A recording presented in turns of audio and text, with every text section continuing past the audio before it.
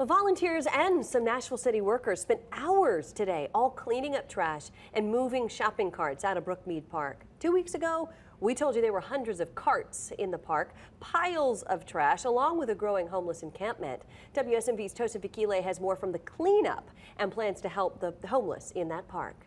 Metro Homeless Impact Division says this is not the first time they've done a cleanup at Brookemeade Park. Today, volunteers loaded several trash bags cleaning up this park. But it wasn't just about the trash today. It was about finding ways to get the homeless here housed.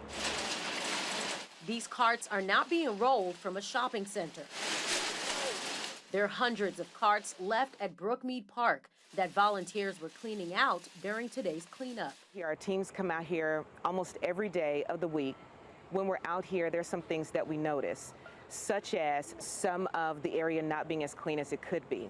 With gloves and trash pickers, volunteers went through the park loading several trash bags. Metro Homeless Impact Division says today's efforts include helping the homeless here get into the housing system. The landlord incentive program, where we are incentivizing landlords to reduce and lower their barriers. But they say efforts could move quicker once the $50 million the mayor invested into fighting homelessness becomes available. So folks here are in the system, but they're waiting on housing. If we get that $50 million, it will create opportunity for them to go to a safe, stable place to wait until their permanent housing option comes open.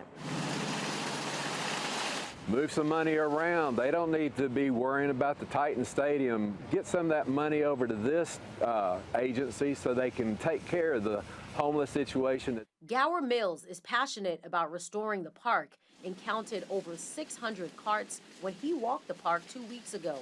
He delivered free pizza to volunteers on Friday. Well, it's looking good so far. I asked Metro Parks what they plan to do to keep the park clean. They say in a statement, quote, "We go by on a weekly basis to pick up what we can.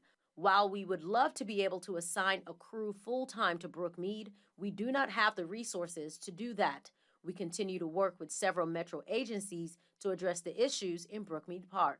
Once we get the $50 million, you will see a lot of movement here in this park, and the community can have their space back. Metro Parks Board has a special called meeting at the end of this month to discuss Brookemeade Park. I'm Tosin Fikile for WSMV4.